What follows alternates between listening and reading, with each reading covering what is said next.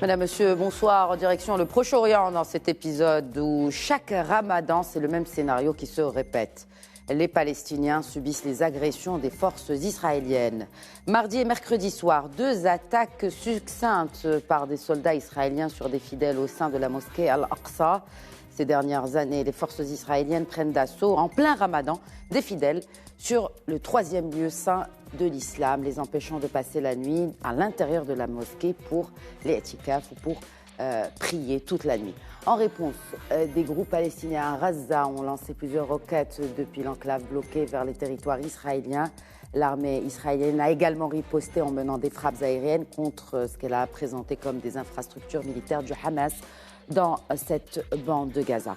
Afin de réduire les tensions, des efforts internationaux sont déployés pour servir de médiateurs entre groupes palestiniens et gouvernement israélien, après que ce dernier a reçu un déluge de condamnations pour les actions de ses forces armées. Ces heurts interviennent alors que le conflit israélo-palestinien a été aspiré dans une spirale de violence depuis le début de l'année, mais pas que. Cela traîne depuis 2022 déjà, et il n'y a pas non plus de processus de paix politique qui pourrait offrir la perspective d'une solution permanente, laissant subsister des réclamations vieilles de plusieurs décennies, le désir des Palestiniens d'avoir un État et le manque d'Israël d'avoir un chef de sécurité parmi eux. L'arrivée au pouvoir d'un gouvernement israélien des plus à droite de l'histoire du pays n'arrange en rien les choses. Et puis les mutations profondes que connaît la région, notamment du Moyen-Orient, risquent aussi d'influer sur ce conflit. J'accueille pour le débat de ce soir, d'abord sur le plateau de questions d'actu, le professeur en géopolitique et géoéconomie, Nabil Adel. Bonsoir. Bonsoir, merci pour l'invitation. Merci à vous de l'accepter et de répondre à nos questions. Et avec nous également depuis Dubaï cette fois, Mohamed Badine Diatioui, professeur de relations internationales et directeur master en diplomatie à l'Université américaine de Dubaï. Bonsoir professeur Badine Diatioui, merci de vous joindre à nous. Bonsoir et merci pour l'invitation. Merci à vous de l'accepter. Et j'ai également le plaisir d'accueillir cette fois depuis Gaza le professeur Ziad Medour, directeur du département de français à l'université de Gaza. Bonsoir professeur Medour, merci de vous joindre à nous également depuis Gaza. Bonsoir tout le monde, merci. Alors je vais peut-être commencer par vous poser une question sur la situation aujourd'hui à Gaza, au lendemain des frappes israéliennes sur la bande de Gaza et notamment à la veille de ce vendredi saint, et comment se présentent les choses. Est-ce qu'il y a eu une accalmie ou pas du tout? Au contraire, eh bien, la tension ne fait qu'augmenter en cette aussi journée de fête de Pâques juive. Bonsoir, merci beaucoup à Radio Média TV pour cette invitation et pour Ramadan à tout le peuple marocain. Donc la situation actuelle dans la bande de Gaza est terrible. Après deux jours de terreur, pardon. Donc il y a eu des bombardements israéliens hier tôt le matin et ce matin, donc suite à des roquettes lancées par la bande de Gaza, donc suite aux événements terribles sur l'esplanade de la mosquée Al-Aqsa, avec les événements terribles donc avant-hier le soir. Donc la bande de Gaza a subi de nouveau donc des bombardements intensifs partout. Donc il y a eu presque 15 raids israéliens en 2 jours contre des installations civiles donc partout dans la bande de Gaza. Heureusement qu'il n'y a pas de victimes civiles, il y a des dégâts matériaux très importants. Et donc, ça montre un peu que chaque mois de Ramadan, il y a des attaques sanglantes de la part de l'armée israélienne contre les civils palestiniens, soit à Gaza, soit... Pourquoi pensez-vous que ce soit vraiment périodique? Pourquoi tous les mois de Ramadan, il y a de telles attaques sur les Palestiniens par les forces israéliennes?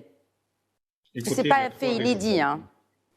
D'abord, les Israéliens veulent provoquer les Palestiniens parce que c'est un mois saint pour les Palestiniens. Ça, numéro 1. Deuxième chose, donc, il faut rappeler qu'en mai 2021, ça veut dire il y a 2 ans, il y a eu une attaque sanglante contre la bande de Gaza, donc de 11 jours contre la population avec 300 morts. Donc, ils ont choisi le mois de Ramadan parce que c'est un mois saint pour les musulmans. Ils savent que c'est un mois de sérénité, de tranquillité pour les Palestiniens. et il essaie un peu de provoquer, surtout qu'il y a beaucoup de fidèles qui vont prier, soit le matin, soit le soir, notamment sur l'esplanade. Et il essaie de provoquer d'une part les factions de Gaza, parce qu'ils savent que à travers leur provocation, les factions de Gaza, ils vont riposter par des missiles, par des roquettes, et comme ça sera une occasion pour eux pour attaquer. Donc le mois de Ramadan, c'est un mois de prière, et il y a une augmentation du nombre de fidèles, notamment de Jérusalem, de territoire de Cisjordanie, qui vient à Jérusalem. Et donc, les soldats israéliens, ils mettent des checkpoints, des barrages pour empêcher les fidèles. Deuxième chose, ils permettent aux colons d'aller prier donc sur l'esplanade de la mosquée pour provoquer. Et leur objectif, c'est mettre la pression sur la population parce qu'ils savent qu'au mois de Ramadan, les Palestiniens ils ont besoin de tranquillité et avec l'absence de perspective, avec l'absence de processus de paix. C'est pour cela qu'ils choisissent toujours le mois de Ramadan pour provoquer les Palestiniens afin de mettre la tension parce que, comme vous avez dit, c'est un gouvernement d'extrême droite qui essaie un peu de mettre des pressions avec des lois, avec des mesures atroces contre toute la population partout dans le territoire palestinien. En parlant de provocation, il y a cet appel d'un rabbin qui a même promis une récompense à l'un des fidèles afin de faire ce qu'il a appelé en tout cas le sacrifice de l'agneau sur l'esplanade pour célébrer le premier jour de la Pâque juive. C'était l'une des raisons, vous pensez, pour lesquelles les jeunes Palestiniens se sont aussi rassemblés au sein de la mosquée Al-Aqsa pour justement arrêter les tentatives d'une telle énième provocation israélienne. Ziad Medour. Bien sûr, donc, comme je viens de dire, donc, d'une part, le mois de Ramadan, c'est un mois où il y a une augmentation du nombre de fidèles palestiniens dans les jours normaux. C'est numéro un. Et numéro deux, surtout, comme vous avez dit, il y a des provocations parce qu'il y a la fête de Pâques chez les Juifs. Il y a beaucoup d'extrémistes et de colons israéliens qui essayent d'aller pénétrer dans la mosquée Al-Aqsa parce que selon l'accord entre la Jordanie, le Maroc et Israël, qu'il faut respecter les lieux saints. Ça veut dire que la mosquée Al-Aqsa, c'est un lieu de prière pour les musulmans. Donc pourquoi les colons, pourquoi les Juifs, pourquoi les extrémistes? Il y a même des ministres israéliens extrémistes qui viennent pour provoquer. Donc l'objectif, c'est mettre la pression, c'est provoquer les Palestiniens. Parce que s'ils veulent la paix, s'ils veulent une vie normale, donc qu'ils laissent les Palestiniens. Pourquoi ils empêchent les fidèles? Pourquoi le soir, les soldats israéliens, ils essayent de faire sortir les fidèles de l'intérieur de la mosquée? Parce que c'est une période d'artikaf, ça veut dire de prière toute la soirée dans la mosquée. Donc, je pense l'objectif israélien, c'est mettre la pression et l'objectif palestinien, c'est protéger donc la mosquée Al-Aqsa de ces provocations et de ces colons et de ces soldats israéliens extrémistes qui viennent pour mettre la panique, et surtout mettre la terreur à l'intérieur. Et bien sûr, Gaza, il va riposter par les roquettes, les missiles. La Cisjordanie, il va riposter par une offensive diplomatique. Donc voilà l'objectif israélien, parce que c'est un gouvernement d'extrême droite qui ne veut pas la paix, donc il essaie un peu de mettre la pression et provoquer les Palestiniens. Très bien. Ces dernières années, l'enceinte de la mosquée Al-Aqsa n'est pas épargnée et cela ne date pas que de ce gouvernement d'extrême droite, ou en tout cas il y a beaucoup de portefeuilles qui sont tenus par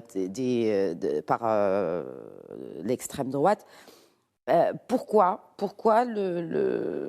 c'est, encore une fois, je me pose la même question, Nabil Adel, pourquoi pendant le mois de Ramadan, en sachant que c'est un mois où Palestinien, comme tout le monde musulman, est très sensible par rapport à ces questions-là, d'agression sur quand même un des symboles de la religion musulmane. Vous venez de répondre à la question, parce que justement, c'est sensible, et donc l'impact médiatique sera maximal. Et on est sûr de la réaction. Si on les attaque un jeudi d'un mois normal, on ne risque pas d'avoir la même réaction. Donc c'est parce que c'est un mois sacré, c'est parce que c'est le mois de Ramadan, c'est parce que c'est l'Aqsa. Rien n'est fait au hasard. Ce sont des calculs extrêmement précis. Monsieur Netanyahou est en difficulté en Israël. Et il est menacé soit de énième réélection, soit carrément d'aller au tribunal. Donc là, le meilleur moyen et la bonne vieille recette d'aller chercher l'ennemi extérieur quand on a des problèmes internes fonctionne et continuera à fonctionner. Donc aujourd'hui, quand on voit ce qui se passe au sein de l'Aqsa, il n'y a rien il n'y a rien de religieux, on va dire. Ce sont des calculs politiques bien précis. Il faut qu'on provoque, et on sait qu'en provoquant, on va avoir une réaction, et cette réaction va nous permettre encore de faire une escalade de violence. Ça va nous permettre de calmer le front interne, puisque maintenant, personne n'osera défier M. Netanyahou en interne, parce qu'il est en train de faire face à une agression externe, même si c'est lui qui a provoqué. Il ne faut pas oublier que nous sommes, et comme vous l'avez si bien dit, nous sommes en présence d'un gouvernement parmi les plus extrémistes de l'histoire de l'État d'Israël. Et dans ce gouvernement, il y a une composante qui est purement religieuse. Et quand on sait que le sionisme est à la base un mouvement laïque, mais qui a dû aller repêcher dans les textes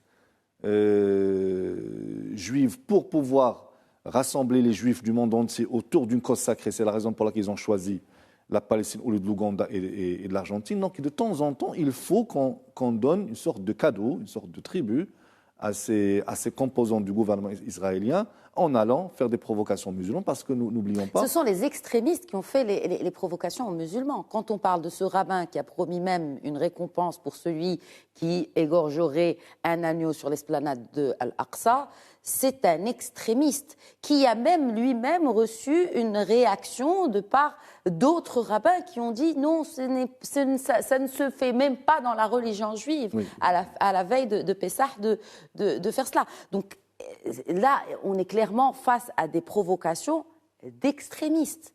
Oui, tout à fait. Qui ne font pas partie du gouvernement. Après, effectivement, le gouvernement réagit aussi. Il y a eu les attaques sur des Israéliens. Et il y a eu aussi, pourquoi ces attaques? Parce qu'il y a eu beaucoup de morts en 2022 du côté palestinien. Ce que je veux dire, c'est que même si vous avez raison, même si il n'y a pas c'est pas la composante extrémiste au sein du gouvernement qui a fait cet appel, mais n'oubliez pas qu'il y a une opinion publique et une masse d'électeurs qu'il faut séduire et qu'il faut plaire. Et aujourd'hui, en Israël, nous avons une polarisation de la société israélienne entre des libéraux et des extrémistes, et aujourd'hui des extrémistes, où on va dire la frange conservatrice de la société israélienne commence à être majoritaire, notamment dans les votes. C'est la raison pour laquelle à chaque fois qu'on refait les votes, c'est eux qui arrivent au pouvoir, et à chaque fois ça glisse de plus en plus vers l'extrême droite. Donc aujourd'hui, nous ne sommes pas en présence d'une provocation liée à quelques extrémistes au sein de la mosquée Al-Aqsa. Non, ce sont des calculs politiques bien précis pour que M. Netanyahou puisse évacuer sa crise interne sur le dos des Palestiniens. Alors, Mohamed Badil Yatioui, ce n'est pas bien sûr un fait inédit, mais l'on sent qu'il y a comme un durcissement de la politique israélienne à l'égard des Palestiniens. Est-ce que vous confirmez cela par rapport aux autres crises ou de tensions connues dans la région? Et on rappellera aussi, puisqu'on est encore dans le rappel des faits, que la majorité des Palestiniens qui ont été arrêtés par la police israélienne lors de l'assaut sur la mosquée à Al-Aqsa ont été relâchés, mais sont interdits d'accéder à l'esplanade ou encore moins à la mosquée. Voilà, Mohamed Badil Yatioui, peut-être une réaction par rapport au degré de violence de ces nouveaux affrontements. Alors, merci pour cette question. Le degré de violence est très très important, surtout en ce mois sacré de Ramadan. Et comme l'a très bien expliqué mon collègue précédemment, Monsieur Adel, on a le gouvernement israélien le plus à droite de l'histoire. On a une coalition de 6 partis, donc autour du Likoud, on en a 5 autres, et il y a une droitisation, aussi bien en Cisjordanie que à Jérusalem. On a cette volonté israélienne, que ce soit de la part d'une partie du gouvernement et aussi d'une partie, on va dire, de la frange la plus radicale du sionisme religieux, de mettre à sac les territoires palestiniens et aussi de faire une démonstration de force. On a un ministre de la Sécurité nationale qui a obtenu la création d'une garde nationale dont les contours sont encore flous. On ne sait pas vraiment qui va la composer exactement, s'il y aura uniquement des volontaires ou si aussi des membres de l'armée ou de la police pourront l'intégrer. Mais on voit qu'il y a une volonté de radicaliser non pas seulement le propos puisqu'on avait un ministre israélien qui avait dit qu'il y a très peu de temps que les Palestiniens n'existaient pas en tant que peuple, mais là aussi au niveau de la violence physique. Et on l'a vu avec les images de ces derniers jours. La violence physique a de plus en plus lieu, elle est de plus en plus forte et elle pose un véritable problème à Netanyahou, c'est qu'en fait il est débordé sur sa droite, il a une majorité très étriquée puisqu'il a 64 sièges sur 120, la majorité est à 61. C'est comme je l'ai dit une coalition de 6 partis et ça lui pose un véritable problème puisque s'il ne suit pas la frange la plus radicale, il sera considéré comme étant quelque part un mou par cette extrême droite qui lui a permis de revenir au pouvoir alors qu'il a empêtré dans les problèmes judiciaires. Et si jamais il commence à vouloir remettre un peu d'ordre et à calmer les choses, ça risque de lui coûter sa place, des élections anticipées ou voire même un procès, puisqu'il a essayé, on l'a vu récemment aussi, qu'il y avait une crise démocratique, une crise de l'état de droit en Israël avec des manifestations monstres. Donc la violence qui a lieu en ce moment, comme l'ont très bien expliqué mes deux collègues d'ailleurs, elle est liée à un contexte, qui est le contexte du Ramadan, qui est lié aussi à un contexte interne de crise politique très fort et de crise démocratique en Israël, et se pose la véritable question maintenant de savoir comment sortir de cette spirale de la violence. Est-ce que ça peut mener... Alors, quand on parle de spirale de la violence, Mohamed Badiliati, oui, le point de départ reste très discutable. Parce qu'il y a eu beaucoup de violence, notamment en Cisjordanie, vous l'avez évoqué, et tout particulièrement à Jérusalem-Est. Et le point le plus important, et qu'on rappelle aussi, qu'il y a 146 Palestiniens tués en Cisjordanie en 2022. Réaction aussi, oui. et une centaine depuis le début de l'année sur tout le territoire. Et ces attaques qui ont secoué aussi Israël. Donc on est là clairement dans un épisode d'aller-retour de violence. Mais la question qui se pose maintenant, c'est que la violence actuelle est-elle amenée à s'accentuer? Si oui, est-ce qu'elle sera amenée à être aussi alimentée par les changements qui s'opèrent dans la région? Les changements qui ont lieu dans la région d'un point de vue géopolitique, on l'a vu, tout va très très vite. Oui, on a vu le rapprochement spectaculaire entre les Iraniens et les Saoudiens qui s'est fait en Chine, mais qui en réalité était négocié depuis plusieurs mois, qui avait commencé en Irak. On a Bachar el-Assad qui revient dans le jeu régional et qui petit à petit commence à être accepté par un certain nombre d'acteurs, la Turquie, l'Égypte, les Émirats arabes unis depuis beaucoup plus longtemps et peut-être bientôt l'Arabie saoudite d'ici quelques jours. Donc il y a une dynamique qui commence à changer et ce qui est intéressant de voir, c'est que finalement le Hamas, qui a toujours été soutenu ces dernières années par l'Iran, d'un point de vue militaire, d'un point de vue financier et politique par la Turquie. Reste à voir comment le Hamas va se positionner face à cette recomposition, parce qu'on a vu que malheureusement les différents groupes palestiniens, que ce soit le Hamas ou même l'autorité palestinienne, avaient toujours un temps de retard malheureusement sur les bouleversements géopolitiques régionaux et que souvent ils finissaient par se faire avoir, faute d'anticipation et faute de capacité d'anticipation justement face à ces changements. Donc ça reste à voir, et reste à voir aussi comment Netanyahou, qui lui gère la politique étrangère quasiment seul, alors qu'au niveau interne il est obligé de négocier avec les membres de sa coalition, la politique étrangère il cherche vraiment à gérer ça tout seul. Reste à voir comment ses partenaires régionaux vont réagir si jamais on a une flambée de violence, et on voit déjà qu'un certain nombre de pays comme les Émirats arabes unis ont fortement critiqué tout ce qui se passe, et bien entendu le Royaume du Maroc. Donc face à cette nouvelle dynamique, on a beaucoup de points d'interrogation à venir, et ça sera très intéressant de suivre ça dans les prochains jours, bien entendu. Certainement, certainement. Alors, je reviens à Raza, professeur Medour. Aujourd'hui, est-ce que la population a des raisons pour s'inquiéter sur l'avenir même d'Al-Aqsa? Est-ce que la population palestinienne a des raisons légitimes pour s'inquiéter sur l'avenir de ce troisième lieu de l'islam, le troisième lieu saint de l'islam? Bien sûr, bien évidemment, depuis l'occupation de Jérusalem, donc en 1967, la population elle est en pleine inquiétude. Pourquoi? Pourquoi? Parce que il y a des attaques sanglantes presque au quotidien contre les fidèles. Il y a des démolitions des maisons. Il y a des provocations par rapport à ce qu'ils ont dit, les collègues, ils ont bien présenté les choses d'une façon donc, politique, géopolitique, soit le collègue de Dubaï, soit le collègue de Maroc. Mais j'aimerais bien dire que c'est la réalité, donc personne ne peut cacher la réalité.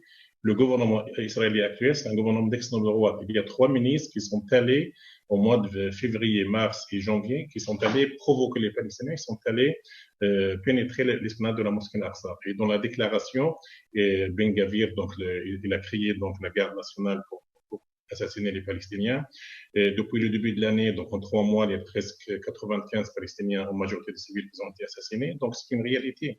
Donc on peut pas nier ces faits que le gouvernement israélien, c'est un gouvernement d'extrême droite et qui essaye toujours de provoquer les Palestiniens avec le silence complice de la communauté internationale officielle qu'on ne fait rien pour mettre la pression. Parce que qu'est-ce qu'il a encouragé ce gouvernement? Parce que si c'était l'Ukraine, donc il y aura bien sûr une réaction internationale, mais en Palestine, on ne bouge pas pour dénoncer l'occupation et la colonisation. Et donc bien sûr, la population palestinienne est très inquiète parce qu'ils voient tous les jours il y a des attaques. Et certes, comme vous avez dit, dans la question présidence, ils choisissent toujours le mois de Ramadan parce qu'il y a d'augmentation du nombre de fidèles. Mais la population, soit à Gaza, soit dans tous les territoires palestiniens, est très inquiète. Pourquoi? Parce que il y a une provocation, il y a des attaques sanglantes contre les fidèles. Parce que les fidèles, ils sont quoi? Ils sont des civils, ils sont des citoyens, des habitants qui viennent de tous les territoires palestiniens pour prier, pour rester donc observer donc des moments de sérénité. Après, ils vont rentrer. Donc, il n'y a pas de provocation de la part des fidèles palestiniens.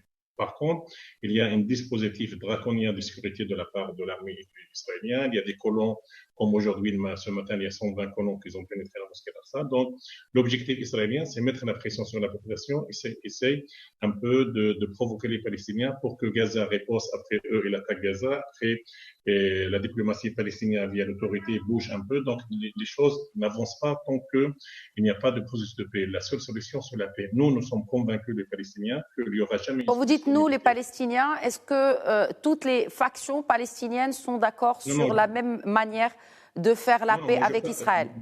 Moi, je parle au nom de la population palestinienne. Les factions, ils ont des calculs. Oui, mais j'en conviens, professeur Medour, mais at the end of the day, comme on dit en anglais, la finalité, c'est, vous l'avez dit, c'est la diplomatie palestinienne. Parfois, l'agenda de la diplomatie palestinienne est à l'encontre de celui des factions, notamment à Gaza. Bref, donc, est-ce qu'il y a effectivement cette voix palestinienne unie qui représente celle de la population, une seule voix de la population, pour défendre les intérêts des Palestiniens? Non, malheureusement, il faut dire les choses telles qu'elles sont. Il n'y a pas une seule voie, il y a plusieurs voies. Pourquoi? Parce qu'il faut chercher les raisons. Quelles sont les raisons? Écoutez, s'il y aura un processus de paix, il n'y aura pas ni faction, ni rien du tout. Il y aura seulement la paix, il y aura seulement un représentant de l'autorité palestinienne qui peut discuter avec les Israéliens, avec le monde entier. Mais les Israéliens, ils essayent de provoquer. Qui a semé la division? Ce sont les Israéliens qui ont encouragé la division. Malheureusement, aujourd'hui, et ça c'est une honte pour nous les Palestiniens, la division c'est une honte. Il faut renforcer l'unité nationale palestinienne. Il y avait des efforts, mais nous, on n'est pas arrivé là. Lors de la première et la deuxième intifada en 87 et en 2000, il y avait une seule voix, il y avait un seul consensus sur un programme politique palestinien. Mais aujourd'hui, malheureusement, il y a 3 formes de résistance. Il y a la résistance militaire de Gaza, il y a la résistance politique de l'autorité palestinienne, il y a la résistance non violente de la population civile en Cisjordanie contre le mur, contre la colonisation.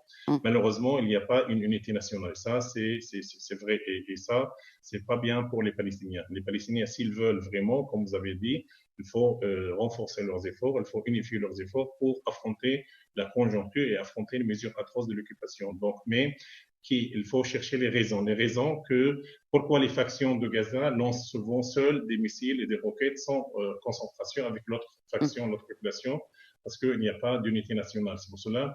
Mais quelle est la responsable? C'est d'une part l'occupation et la communauté internationale qui malheureusement ne fait rien, qui ferme les yeux devant voilà. Donc pour nous, le plus important, il y a la résilience de moi comme Palestinien, comme société civile, comme universitaire, je parle au nom de cette population civile. Nous, si les factions, si l'autorité palestinienne apporte la paix, avec plaisir. Mais nous, Pour nous, nous sommes ici attachés. On utilise l'éducation, on utilise la non-violence comme forme de résistance, mais on espère qu'il y aura une solution politique parce que nous sommes convaincus que la seule solution, c'est la paix. Mais pour arriver à une paix, il faut avoir la justice. Mais pour arriver à une justice, il faut préparer le terrain. Malheureusement, le terrain n'est pas préparé parce qu'il y a une poursuite de l'occupation, de la colonisation et surtout d'un silence complice de la communauté internationale officielle qui ne fait rien pour dénoncer l'occupation et sa violence. Il y a eu quand même quelques réactions à l'international, la Jordanie, les Émirats qui demandent une réunion à huis clos du Conseil de sécurité, Nabil Adel.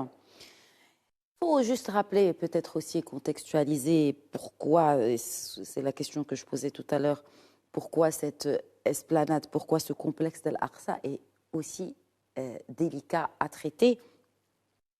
Il abrite bien sûr le 3e site le plus sacré de l'islam, la mosquée Al-Aqsa, le Dôme du Rocher. Et c'est aussi l'endroit où les Juifs croient que les temples juifs bibliques se trouvaient autrefois et est connu sous le nom du mont du Temple. Alors, est-ce qu'aujourd'hui, les Palestiniens clairement considèrent Al-Aqsa comme menacé? Alors, juste, il faut élargir la perspective. Il n'y a pas que les Palestiniens qui considèrent qu'il est menacé, il y a tous les musulmans qui considèrent qu'il est menacé. C'est vrai que les Palestiniens sont sur le terrain, donc c'est eux qui affrontent le feu de la provocation, mais c'est un dossier qui concerne tous les musulmans. Vous l'avez si bien rappelé, c'est le 3e lieu saint de l'islam. Perdu en 67. Perdu en 67. Alors maintenant, nous parlons de géopolitique et de real politique, comme on dit. Donc, nous avons un gouvernement qui a besoin d'évacuer sa crise interne. La société israélienne est traversée par beaucoup de conflits et une forte polarisation. Et le seul point sur lequel ils sont unis, on va dire à minima, c'est cette cause qui est la leur. Donc aujourd'hui, leur enlever ça reviendrait à faire effriter tout le projet israélien et sioniste. Donc aujourd'hui, même s'il y a des condamnations internationales, ce n'est pas prêt de s'arrêter. Mais attention, Israël ne peut pas s'engager sur une guerre très longue, parce que l'essentiel sont des appelés, et les appelés quittent leur travail pour aller rejoindre l'armée quand il y a une opération à vaste échelle. Donc ça coûte très cher à l'économie israélienne. Donc là, et vous allez remarquer que dès que l'affrontement dépasse 3 ou 4 semaines, c'est Israël qui va à la communauté internationale demander des médiations pour calmer le jeu. Mais elle a de temps en temps besoin de faire ces provocations pour régler des problèmes internes. Et souvent, quand il y a une agression vis-à-vis des Palestiniens, allez chercher un problème interne en Israël et vous en trouverez. Mais dès qu'on a détourné le problème, qu'on l'a absorbé en interne, on cherche immédiatement. Donc, vous dites que les provocations israéliennes sont un peu instrumentalisées par le pouvoir en place. Exactement, sont instrumentalisées à des fins bien précises. Alors d'abord, la symbolique du lieu où les Israéliens considèrent qu'il y a le mont du Temple là-bas, et donc pour eux, c'est un endroit saint. Ils craignent en fait l'empiètement de groupes juifs comme ce qui s'est passé à la mosquée Ibrahimi, et qui perdent comme ce qui s'est passé et que la moitié a été transformée en synagogue après 67. Alors le procès est entamé. Donc on est sur un processus à long terme. Donc, il ne faut pas penser qu'il s'agit juste d'incursion et de sortie. Non, il y a des repérages, il y a des plans, il y a tout un plan en la matière. Mais encore une fois, l'idée, c'est de séduire la frange la plus radicale d'opinion publique israélienne pour montrer Netanyahou comme un vrai chef de guerre qui est capable de défendre le projet sioniste que la gauche libérale a abandonné au profit d'accords de paix. Rappelons que pour la première fois qu'un gouvernement israélien formellement est revenu sur des accords signés avec les Palestiniens, était le gouvernement de Netanyahou dans les années 90. Donc ça remonte à une trentaine d'années. Et donc ça veut dire que le personnage a des antécédents en la matière de s'engager et puis de renier ses engagements en fonction de l'agenda politique interne. Et des alliances. Et des rapports de force. Maintenant que nous avons une reconfiguration des jeux de pouvoir au Moyen-Orient, Israël va essayer de se positionner. Se positionner comment? Justement. Israël est aujourd'hui, pour certains observateurs, Israël est aujourd'hui isolé sur la scène régionale du moins. Si, bien évidemment, on reste sur la composition actuelle entre l'Arabie saoudite et l'Iran, rapprochement, on parle peut-être d'un potentiel rapprochement où les Émirats qui pourraient rejoindre ce bloc. L'Arabie saoudite, clairement, se rapproche aussi du régime de Saddam Hussein, de Bachar el-Assad. De Bachar el-Assad, l'histoire se répète malheureusement, et de Bachar el-Assad. Donc là, vraiment, est-ce qu'il n'y a pas un isolement d'Israël sur cette région-là? Et comment cela pourrait éventuellement impacter la politique interne et pas extérieure du pays? Alors, vous avez un double isolement d'Israël. Un isolement à court terme, un isolement à plus long terme. L'isolement à court terme, effectivement, c'est cette recomposition du paysage au Moyen-Orient où nous avons des rapprochements. Alors c'est trop tôt de juger. On a vu des rapprochements entre l'Arabie saoudite et l'Iran durer quelques années, puis les tensions reprennent, puisque les divergences sont très profondes entre le sunnisme tel qu'il est prôné par l'Arabie saoudite et le chiisme tel qu'il est prôné par l'Iran. Donc on peut avoir des alliances de circonstances, mais à long terme... Money talks, en fait, voilà. Maintenant c'est business, et puis on met la religion de côté. Mais à long terme, il y a des affrontements parce que c'est consubstantiel à la composition des deux régimes. Très bien. Mais on va dire qu'à court terme, effectivement, avec la recomposition du Moyen-Orient, Israël va se retrouver un peu isolé, surtout que le gouvernement actuel ne fait rien pour rassurer ceux qui se sont engagés dans les accords d'Abraham et signé avec lui des accords. Là, il est en train de les mettre dans l'embarras. Maintenant, à plus long terme, nous sommes quand même en présence de la doctrine d'Obama. La doctrine d'Obama qui a repositionné la présence des États-Unis en mer de Chine et en sortant progressivement du Moyen-Orient, mais que Donald Trump a confirmé à la manière qui est la sienne, d'une manière brutale et d'une manière brouillante.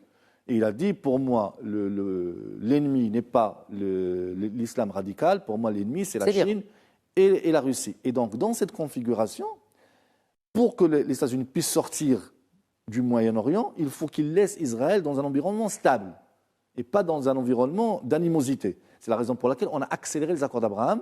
Comme ça, quand les États-Unis, quand on dit sortir, c'est vraiment se repositionner, tout en restant présent. Mais donc ce repositionnement veut dire qu'on doit laisser Israël entouré de régimes, on va dire, amis.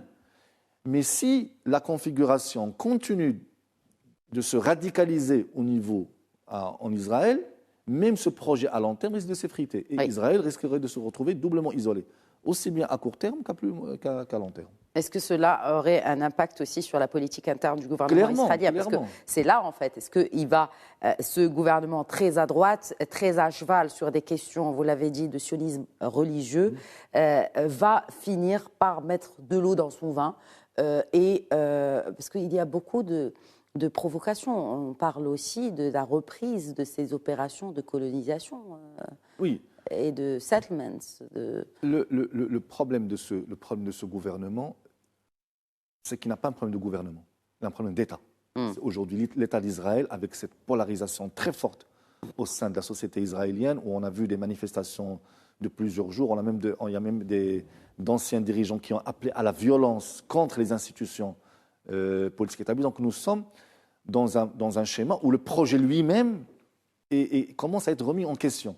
Quel est le modèle de la société juive que nous voulons créer? Si le projet sioniste a été créé par les libéraux, rappelons que Théodore Herzl n'est pas un religieux mais c'est un libéral, aujourd'hui la démographie fait que la majorité a basculé vers l'aile conservatrice. Et donc qui dit basculement vers l'aile conservatrice dit le projet du Grand Israël. Et quand on dit le projet du Grand Israël, c'est du Nil à l'Euphrate. Et pas uniquement la Palestine telle qu'on la connaît aujourd'hui. Donc, le mouvement de colonisation va se poursuivre parce qu'il s'inscrit dans cette tendance de ce gouvernement, mais à long terme, c'est le projet lui-même, avec cette forte polarisation et cette violence décomplexée à laquelle on appelle au sein de la rue israélienne, qui risque de miner tout l'État israélien. Alors, on parle de réaction de la communauté internationale. Mohamed Badiliati, oui, les Émirats demandent une réunion donc à huis clos du Conseil de sécurité, conférence de presse au Conseil de sécurité hier, mercredi, organisée par l'ambassadeur de Palestine auprès des Nations Unies, Riyad Mansour, aux côtés de l'ambassadeur représentant permanent du Maroc à l'ONU, Omar Hilal. On appelle l'ambassadeur palestinien appelle la communauté internationale à assumer sa responsabilité vis-à-vis du peuple palestinien. Comment cette communauté internationale peut-elle assumer sa responsabilité vis-à-vis du peuple palestinien? Comment cela s'est fait déjà ces dernières années? Est-ce que c'est à travers des dons ou à travers des tentatives pour calmer les tensions, de médiation, comment? Alors, il y a plusieurs choses. Si par exemple on reste sur le cas dans le Quds, le Maroc a joué un rôle bien sûr clé à travers la position que Sa Majesté le Roi occupe en tant que président du comité Al-Quds, et on sait que le Maroc contribue à hauteur de 73% pour des œuvres de restauration dans la ville sainte. Donc ça, par exemple, c'est une chose que le Maroc fait. D'autres États, à travers d'autres mécanismes, font aussi certaines choses, que ce soit à Gaza ou en Cisjordanie. La Jordanie elle-même gère les lieux saints, bien sûr. Donc il y a différents mécanismes qui se font soit en bilatéral, soit en multilatéral. Maintenant, ce qui est toujours complexe, c'est que l'autorité palestinienne n'étant pas un État au sens classique du terme, avec tous les attributs d'un État, parfois c'est beaucoup plus compliqué. Il faut bien entendu négocier avec le gouvernement israélien certaines choses. Ce qui va se passer maintenant, c'est que aux Nations Unies, ce qui risque de se poser et qui va être un véritable problème pour les pays occidentaux et premièrement pour les États-Unis, mais aussi pour les pays de l'Union européenne, ça va être de devoir expliquer les non-sanctions à l'égard d'Israël, alors qu'on a des sanctions contre la Russie par rapport à l'Ukraine. Et ce double discours qui avait aussi généré finalement l'absence de vote, si vous vous souvenez, il y a un an, contre la Russie de certains pays africains, latino-américains, asiatiques ou arabes, risque de revenir. On a par exemple, moi je le vois ici, beaucoup au Moyen-Orient, beaucoup de leaders de différents pays et de différentes tendances qui vous disent on ne peut pas d'un côté, là on se met à la place des Occidentaux, demander le soutien de tout le monde sur l'Ukraine qui est envahie par la Russie et ne pas condamner fermement le gouvernement israélien sur ce qui est en train de se passer en Palestine et à Jérusalem-Est. Donc on a des marges de manœuvre qui sont très étroites et aussi un niveau, je pense, de tension diplomatique qui pourrait être atteint si on a une forme de solidarité arabe et bien au-delà musulmane face à ce qui est en train de se passer en ce moment dans la ville sainte. Donc on est face à ce problème-là et le contexte géopolitique, ça je voulais aussi insister dessus. Ce qui est intéressant, c'est qu'on sort d'un chapitre qui a duré un peu plus de 10 ans, en fait, qui a commencé en 2011 au moment de ce qu'on a appelé les printemps arabes. On a vu comment tout le monde se focalisait sur différents pays, Yémen, Syrie, Libye, etc., selon les moments. Et là, on voit que la réconciliation Arabie Saoudite-Iran, finalement, refocalise l'opinion musulmane, au-delà même du monde arabe, mais sur la question palestinienne et les contraintes de Netanyahou, les problèmes internes et là, le niveau de violence inouïe en ce mois sacré font finalement que maintenant, tout le monde a de nouveau les yeux rivés sur ce qui se passe en Palestine. Donc on voit bien qu'une actualité en chasse une autre et que d'un point de vue géopolitique, le Moyen-Orient est toujours très difficile à analyser, à décrypter, puisque les choses vont très vite et les alliances entre les pays du Moyen-Orient peuvent très vite changer. Et Israël, qui était en position de force il y a un peu plus de 2 ans, quand le Bahreïn et les Émirats arabes unis ont signé les accords d'Abraham, et avec Donald Trump, on voit aujourd'hui Joe Biden qui est très critique, qui ne veut pas recevoir Netanyahou. On voit Israël qui est isolé dans la région et on voit par exemple quelqu'un qui est encore isolé, qui est Bachar el-Assad, qui lui revient dans le jeu et jamais personne n'aurait pu imaginer il y a encore 3-4 ans les Saoudiens et les Iraniens se taper dans la main. Et encore moins à Beijing. Est-ce que c'est pour cela que justement Israël a intensifié les raids vers la Syrie ces dernières semaines ? Bien sûr, bien sûr. Le problème pour Israël désormais, c'est quand il voit que Bachar el-Assad reste en poste et que finalement il sort renforcé, et ça c'est le paradoxe de cette guerre civile qui a duré maintenant depuis un peu plus de 12 ans. C'est un problème pour eux et la question du Golan pourrait se reposer très bientôt. Donc ça c'est un autre problème qui va se poser pour eux à moyen terme. Et comme mes confrères l'ont très bien dit, il y a un problème régional là-dedans, c'est que au niveau idéologique, ceux qui composent la majorité au pouvoir en Israël, une partie d'entre eux rêvent du grand Israël. Mais rêver du grand Israël, ça veut dire remettre en cause les frontières qui ont été héritées de de Sykes-Picot et qui ont été hérités de la fin de la Première Guerre mondiale. Donc, ça serait porter atteinte à un certain nombre d'États, à leurs frontières et à leur souveraineté. Donc, ça remettrait du chaos au Moyen-Orient. Et on sait que, par exemple, ce qui a poussé le prince héritier Mohammed Ben Salman à aller vers un accord avec les Iraniens pour essayer d'aplanir les choses, c'est que sa priorité, c'est son plan Vision 2030, c'est le développement économique de l'Arabie saoudite. Et pour pouvoir développer économiquement l'Arabie saoudite dans une période aussi courte et à un rythme aussi effréné, il faut de la stabilité et de la paix, entre guillemets.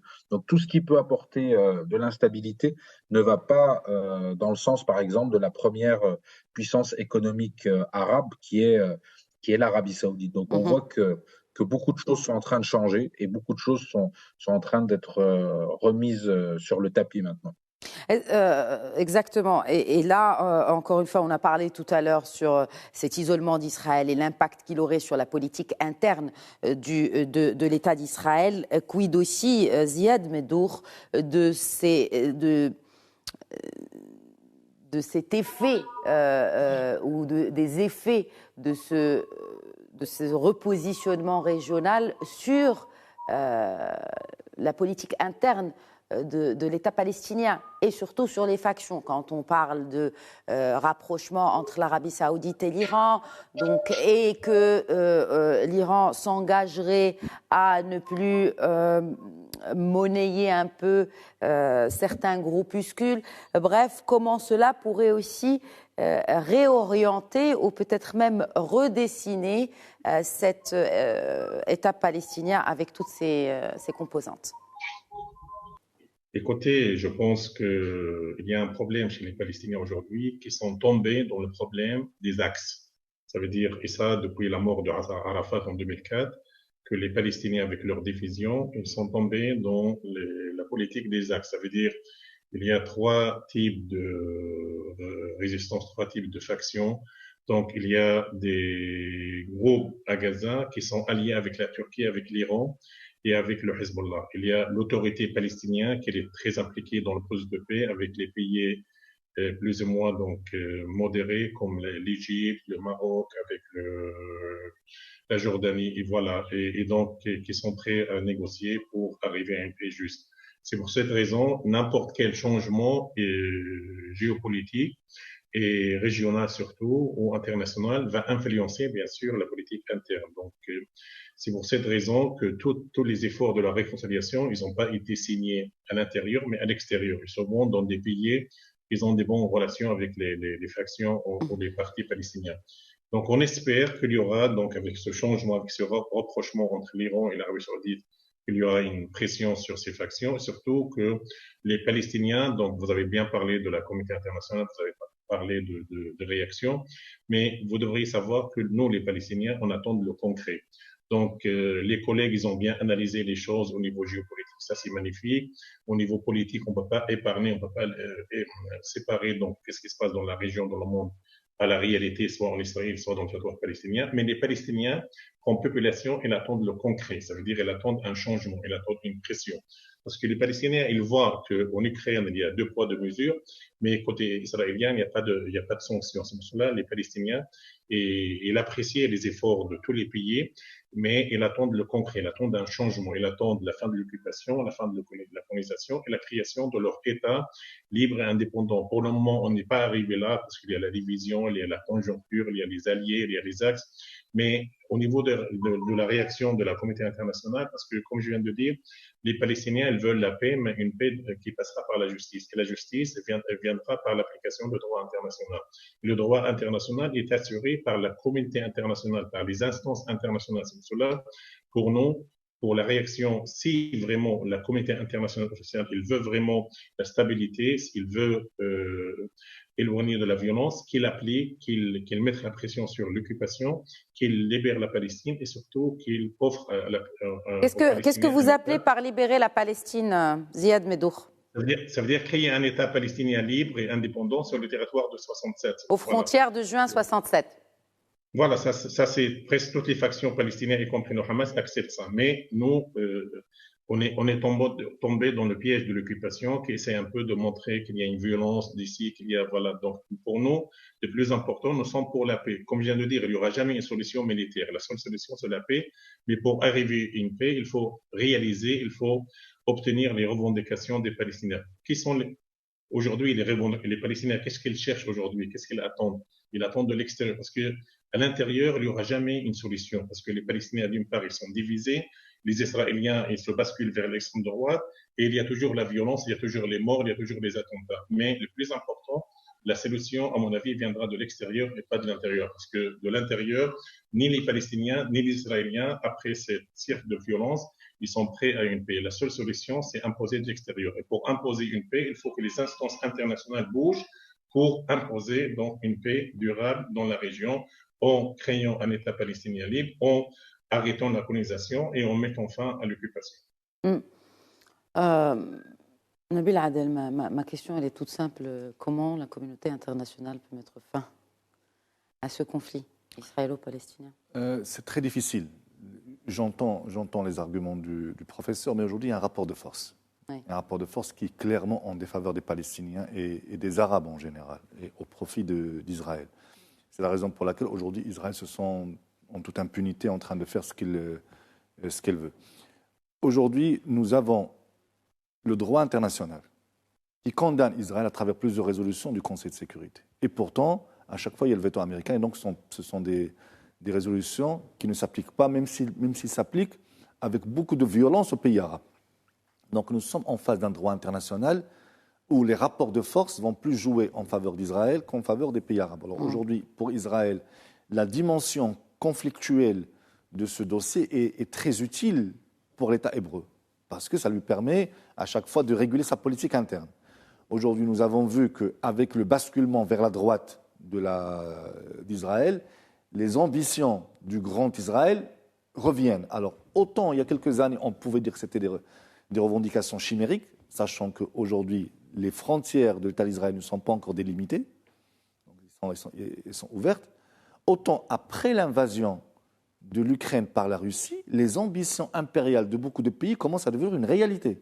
C'est qu'aujourd'hui, la Russie a essayé d'annexer l'Ukraine de force et de changer les frontières héritées de la Deuxième Guerre mondiale. La Russie a indexé la Crimée, j'entends.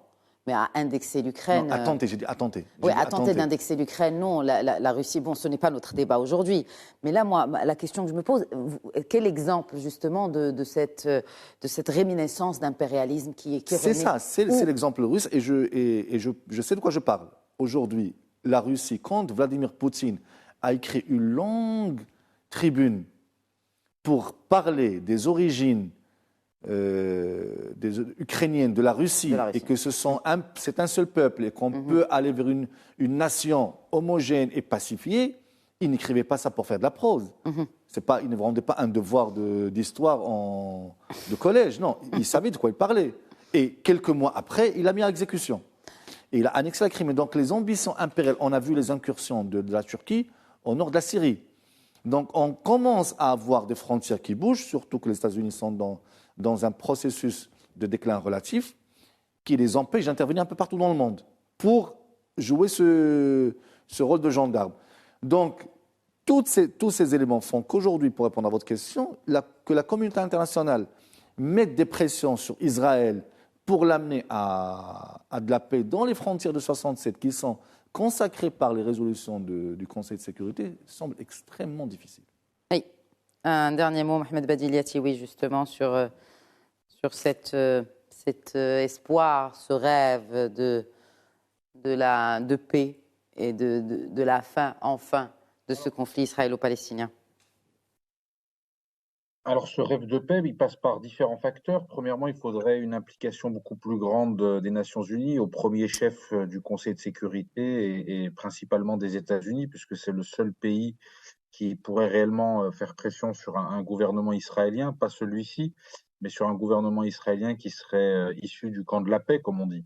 Donc il y a beaucoup de facteurs à la fois internes et à la fois géopolitiques qui devraient être mis en œuvre et alignés, ce qui paraît très difficile actuellement. Et d'un autre côté aussi, il ne faut pas oublier une chose, c'est qu'on a besoin, pour avoir aussi une paix, d'avoir du côté aussi palestinien une forme d'unité qui a été perdue malheureusement ces dernières années, depuis 2006 en fait, quand le Hamas a gagné les élections à Gaza. Et on a besoin aussi d'un leadership palestinien fort afin de pouvoir être face aux négociateurs israéliens et avec cette forme de médiation américaine.